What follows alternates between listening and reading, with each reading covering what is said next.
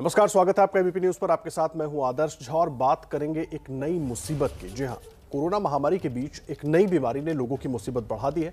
Mucormycosis यानी कि black fungus. ये बीमारी इतनी खतरनाक है कि मरीजों की आंखों की रोशनी तक चली जाती है। महाराष्ट्र और गुजरात में इस बीमारी के मरीज सामने आए हैं। खास बात यह है कि यह बीमारी उनको चपेट में ले रही है जो कि या तो कोरोना से ठीक हो गए हैं या जो कोरोना से जूझ रहे हैं। आखिर ये बीमारी है क्या, इसके खतरे क्या है और इससे कैसे सावधान रह सकते हैं, इस पर महाराष्ट्र के मेडिकल एजुकेशन के डायरेक्टर डॉक्टर तात्याराव लहाणे हमारे साथ जुड़ेंगे। हम उनसे जानकारी लेंगे, लेकिन उसके पहले ये रिपोर्ट देख लीजिए।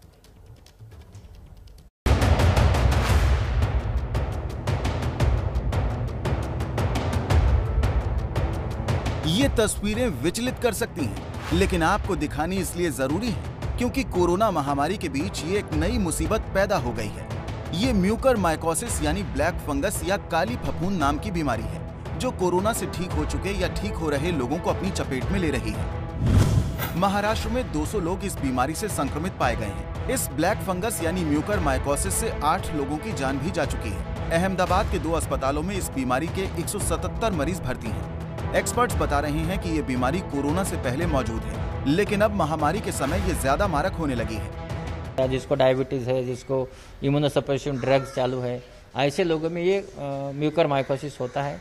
और अभी जो कोविड में ये सेकंड वेव में दिख रहा है कि जो वेंटिलेटर पे रह रहे ऐसे लोगों में जिसको स्टेरॉइड दिया जा रहा है, जिसको डायबिटीज़ है या कोई ड्रग है ले रहे हो, तो ऐसे लोगों में ये म्यूकरमाइकोसिस होते हुए नज़र आ रहा है। कि ये म्यूकरमाइकोसिस जब भी होता है तो आँख में सूजन आता है, इसमें पायलट में काले धब्बे दिखते हैं। इसको जल्दी डायग्नोसिस करना चाहिए। इसका जल्दी डायग्नोसिस हुआ तो उसको ट्रीटमेंट दे सकते हैं। उसको जल्दी डायग्नोसिस नहीं हुआ तो ये आंखों के पीछे होता है साइनस में, तो वो ब्रेन तक जा सकता है। अब जरा ये समझने की कोशिश करते हैं कि म्यूकरमाइकोसिस यानी ब्लैक फंगस है क्या। म्यूकरमाइकोसिस संक्रमण म्यूकर फफूंद के कारण होता है। म्यूकर फफूंद आमतौर पर मिट्टी, पौधों, खाद, सड़े हुए फल और सब्जियों में पनपता है। ये फंगस साइनस, दिमाग और फेफड़ों को प्रभावित करता है। इस संक्रमण से आंखों में सूजन, काले धब्बे दिखने लगते हैं। डायबिटीज के मरीजों या बेहद कमजोर इम्यूनिटी वाले लोगों में ये जानलेवा भी हो सकता है। महाराष्ट्र के अलावा गुजरात में भी इसका असर देखा जा रहा है। म्यूकरमाइकोसिस के केसेस अच्छे खासे बढ़ रहे हैं, क्योंकि अभी देखा है कि हमारे पास कोरोना के केसेस भी लास्ट 1 महीने से काफ़ी बढ़ रहे हैं। सेकंड वेव काफ़ी बड़ा आया है, तो उसके चलते जो पेशेंट की इम्यूनिटी है वो कमज़ोर हो जाती है। तो जिसका इम्यूनिटी लेवल, रोग प्रतिकारक शक्ति कमज़ोर हो गई है कोरोना के चलते, और जिसको बीमारी है जैसे ब्लड कैंसर है किसी को, जो उसकी ट्रीटमेंट चल रहा है, उसमें ये फूग उसके नाक के जरिए हर एक जगह पे घुस सकती है। नाक में रहती है, साइनसिस में रहती है, वहाँ से लेके फेफड़े में जाती है, आँख में जाती है, स्किन पे आती है, मगज में जाती है।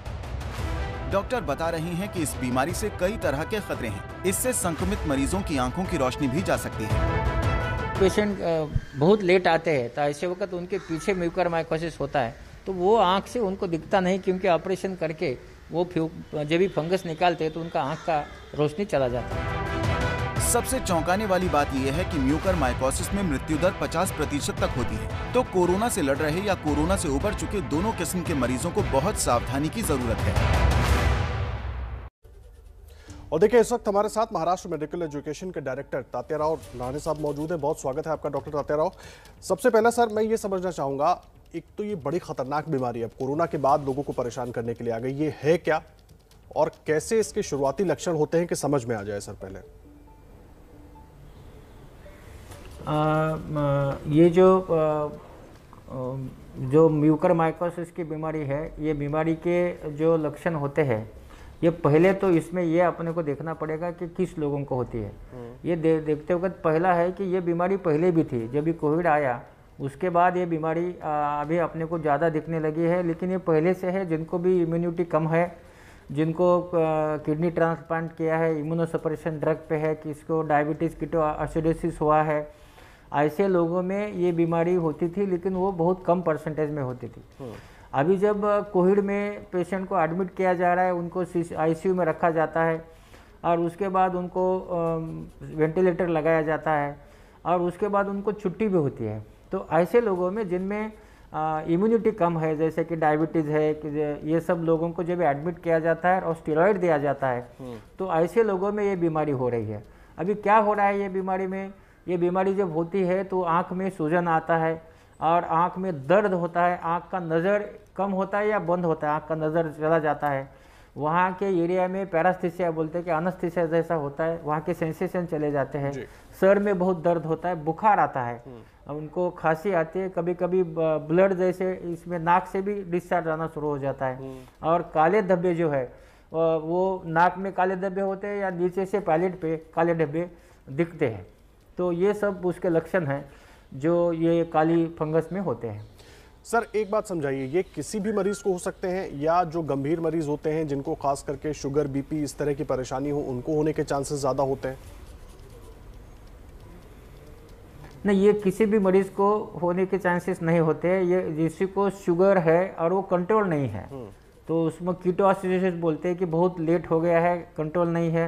और जिनको इम्यूनो सप्रेशन के ड्रग चल रहे हैं, जिनको कैंसर के ड्रग चल रहे हैं, तो ऐसे पेशेंट में होता है, सब पेशेंट में नहीं होता है। लेकिन क्रॉनिकली बहुत दिन तक, इट मीन्स महीना या 15 दिन, महीना अगर वो आईसीयू में रहते हैं और उनके खुद की इम्यूनिटी कम होती है, ऐसे पेशेंट में ये ब्लैक फंगस होता है। सर एक जो बार बार एक जानकारी साझा की जा रही है कि म्यूकरमाइकोसिस जो है वो नमी वाली जगह पर ज़्यादा फैलता है और ऐसे में जो ऑक्सीजन सपोर्ट सिस्टम किसी मरीज को लगाया जाता है उसकी वजह से नमी ज़्यादा हो जाती है और उसकी वजह से ये फैलता है। सर तो ऐसे में क्या ध्यान रखें अगर कोई पेशेंट है ऑक्सीजन सपोर्ट सिस्टम पर? नहीं, कैसा है कि जब भी ऑक्सीजन सपोर्ट पे पेशेंट है उसमें इसलिए होता है कि अपन नाक में जो नली डालते हैं तो उसको बिटाडीन से नाक का एरिया साफ करना चाहिए, नली को साफ करना चाहिए, स्टेरिलिटी मेंटेन करना चाहिए, ये बहुत ज़रूरी है। अगर ये मेंटेन करते हैं तो जो है वो इन्फेक्शन के चांसेस कम होते हैं। लेकिन वही ये आईसीयू में होगा ऐसा नहीं है, घर जाने के बाद जब भी छुट्टी होती है उसके बाद भी 3 महीने तक ऐसा ख्याल करना चाहिए कि जिनको ये बीमारियाँ है ऐसे लोगों ने मिट्टी के साथ या जहाँ भी गंदगी है ऐसे जगह से दूर रहना चाहिए, या सब्जी और ये सब चीज़ों जो सड़ी वाली चीज़ें होती है उसके दूर रहना चाहिए जहाँ से ये फंगस आपको कांटेक्ट कर सकता है या कॉन्ट्रैक्ट कर सकता है। सर लेकिन बड़ी दिक्कत है, जो मरीज जो है वो डिस्चार्ज हुआ उसके बाद वो घर चला गया और अभी कोरोना के वक्त में बहुत ज़्यादा एक्सेसिबल डॉक्टर्स भी नहीं हैं क्योंकि वो सब व्यस्त हैं कोरोना से लड़ने में, मरीजों को बचाने में। तो ऐसे में जो मरीज़ घर चला गया, एक तो आपने कहा कि जो अभी आपने बताया किन किन चीज़ों का ध्यान रखें, लेकिन अगर ये डेवलप होता है सर तो घर पर वो कैसे समझ सकता है कि मुझे कोई ऐसी दिक्कत हो रही है जिसके लिए मुझे तत्काल डॉक्टर के पास जाना हो? ऐसे कौन से आम लक्षण हो सकते हैं जो डॉक्टर के अलावा मरीज भी समझ सकता है? उस पर आप अगर थोड़ा रोशनी डालें। पहला ऐसा लक्षण होता है कि उसमें जब ये ऐसा फंगस पकड़ लेता है तो नाक से डिस्चार्ज आना शुरू हो जाता है, थिक का ऐसा डिस्चार्ज नाक से आना शुरू हो जाता है, आंख में सूजन आना दिखता है, सर दर्द होता है, बुखार आता है। ये 3-4 चीज़ें हैं कि जो चीज़ों में समझ में आता है कि अपने को कुछ हुआ है, क्योंकि बीमारी तो खत्म हो गई उसके बाद बुखार क्यों आ रहा है। तो ऐसा जब लगेगा तभी जल्दी जाके डॉक्टर को मिलना चाहिए और इसका जो डायग्नोसिस करना बहुत ज़रूरी होता है। सर इसका एक तो डायग्नोसिस क्या है और दूसरी चीज़ अलग अलग पेशेंट के हिसाब से ये खतरनाक होगा या सबके लिए एक जैसा होगा? नहीं, अलग अलग पेशेंट के लिए अलग अलग खतरनाक होता है, क्योंकि इसमें अगर ये ब्रेन में नहीं जाता है, इसको बोलते हैं रेनो सेरेब्रल, मीन्स नाक से लेके ब्रेन तक जाता है।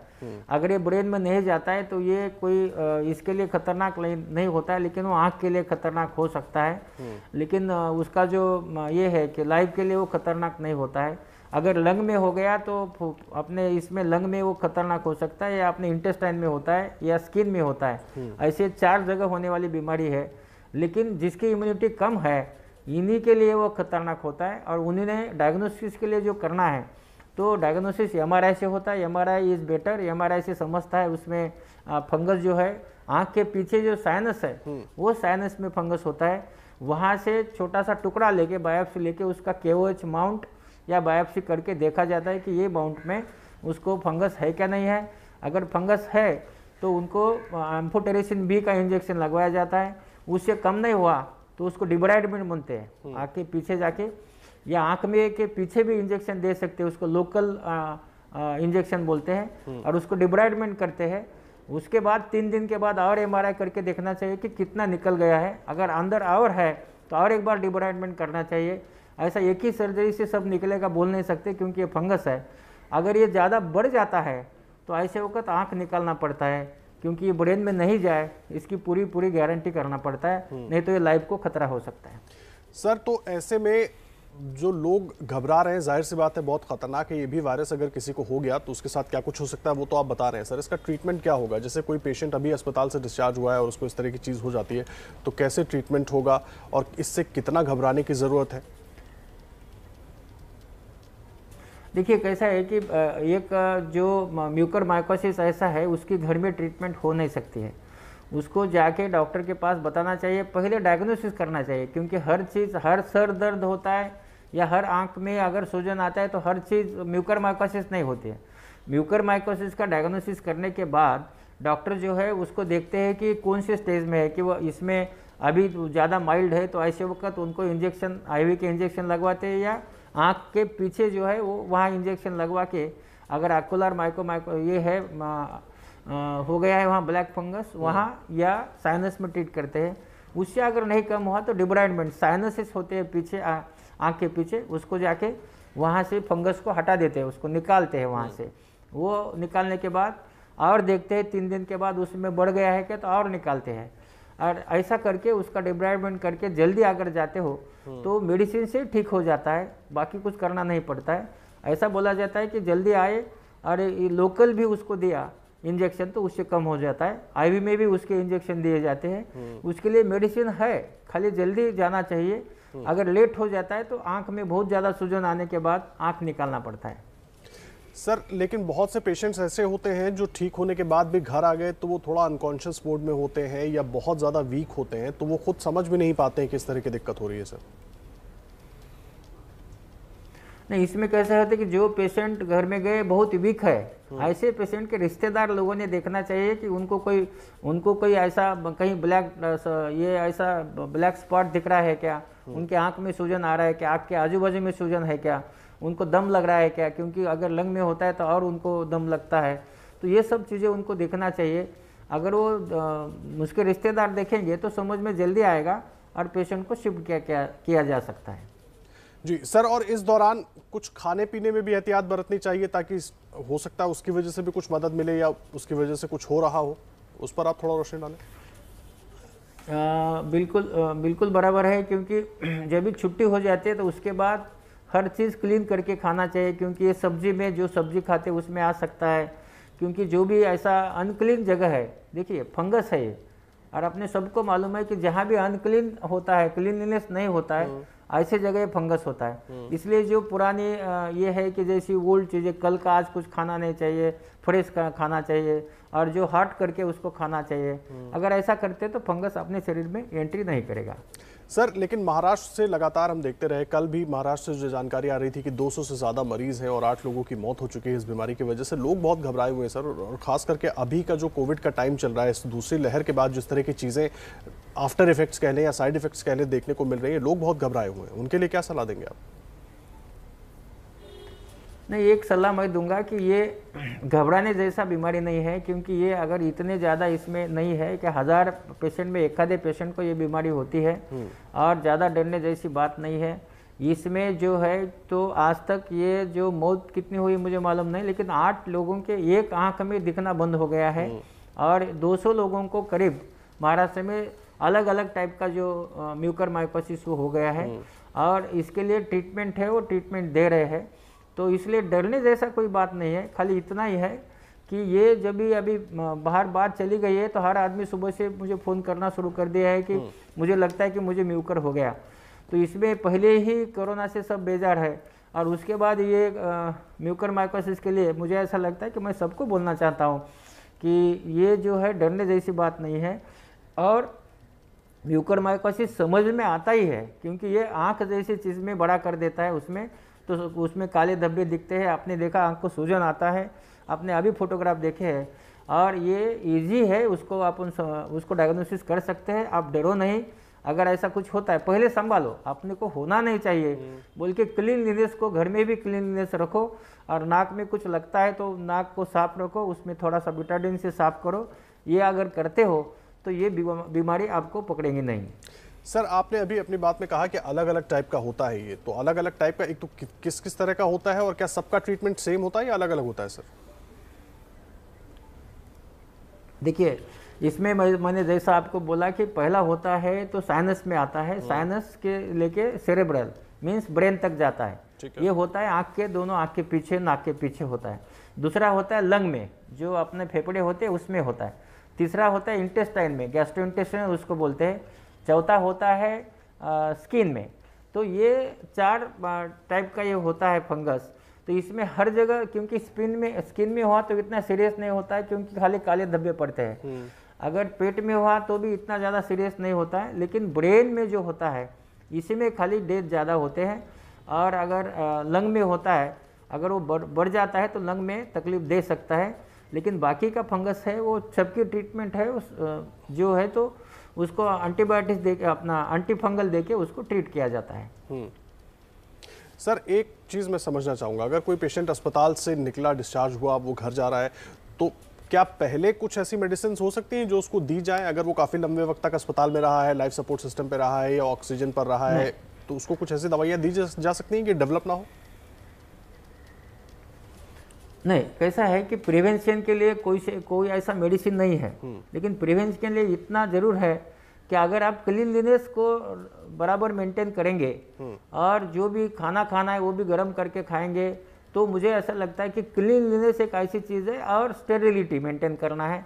अपने जो हाथ है उसको वो कीचड़ में हाथ नहीं जाना चाहिए, मिट्टी में हाथ नहीं जाना चाहिए, और ऐसा संभालना है। ऐसा अगर करते हो तो ये बीमारी आपको, मुझे नहीं लगता कि आपको इसका इन्फेक्शन होगा। नहीं, बहुत अहम बात कह रहे हैं सर आप, लेकिन लोग बहुत परेशान हैं, इसीलिए मैं आपसे बड़ा अहम चीज़ समझना चाह रहा हूँ। एक तो लोगों को सलाह आप क्या देंगे, किन किन चीज़ों का ध्यान रखें पॉइंट्स में, ताकि वो समझ पाएं और आसानी से उसको फॉलो कर पाएं, एक।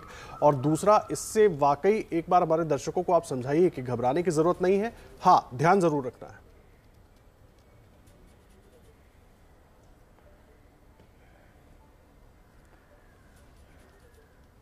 सर आप तक मेरी आवाज़ पहुँच रही है? अरे हाँ, नहीं अभी पहुंच गया है। आपने जो बोला कि लोगों को ऐसे 1 2 3 4 चीज़ में बोलिए कि क्या संभालना चाहिए। देखिए, पहला ऐसा संभालना चाहिए कि आपने जो हाथ होते हैं, हाथ जो है वो क्लीन रखना है।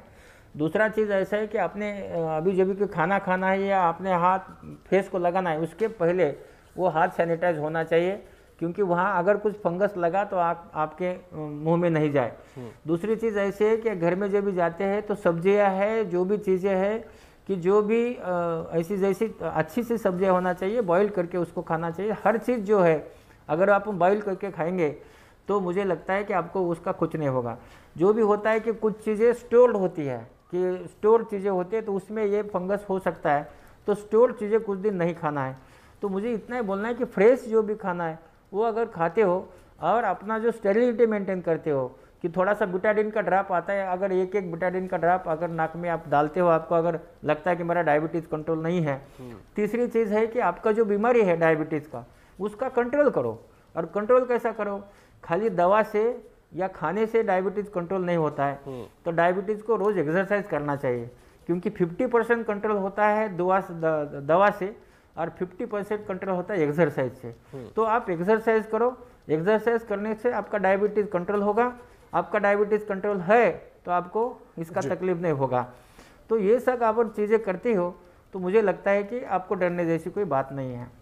बहुत धन्यवाद आपका सर, हमारे साथ जुड़ने के लिए और पूरी जानकारी हमारे दर्शकों के साथ साझा करने के लिए, क्योंकि म्यूकरमाइकोसिस का नाम अब ऐसा आ गया है कि लोग उससे और घबराने लगे हैं और मामले जो आ रहे हैं उसको देखकर उनके मन में भी बहुत डर है। लेकिन आपने वो सारे डर को दूर किया कि अगर आप पहले से ध्यान रखते हैं तो हो सकता है आप गंभीर स्थिति में पहुंचे ही नहीं, केवल दवाइयों से ही आप ठीक हो जाए। बहुत धन्यवाद डॉक्टर तातेराव आपका हमारे साथ जुड़ने के लिए और ये पूरी जानकारी हमारे दर्शकों तक पहुंचाने के लिए। समाजवादी पार्टी के नेता आजम खान की तबीयत खराब होने के बाद आजम खान को आईसीयू में शिफ्ट किया गया है। बताया जा रहा है कि कोरोना से जूझ रहे हैं आजम खान। आजम खान का इलाज लखनऊ के मेदांता अस्पताल में चल रहा है। 1 मई को कोरोना डिटेक्ट हुआ था आजम खान और उनके बेटे को, जिसके बाद उनको इलाज के लिए लखनऊ लाया गया था। लखनऊ में इलाज चल रहा है मेदांता अस्पताल में और आज उनको क्रिटिकल आईसीयू में शिफ्ट किया गया है। कोरोना से जूझ रहे आजम खान की तबीयत बिगड़ने के बाद उनको आईसीयू वार्ड में शिफ्ट किया गया है।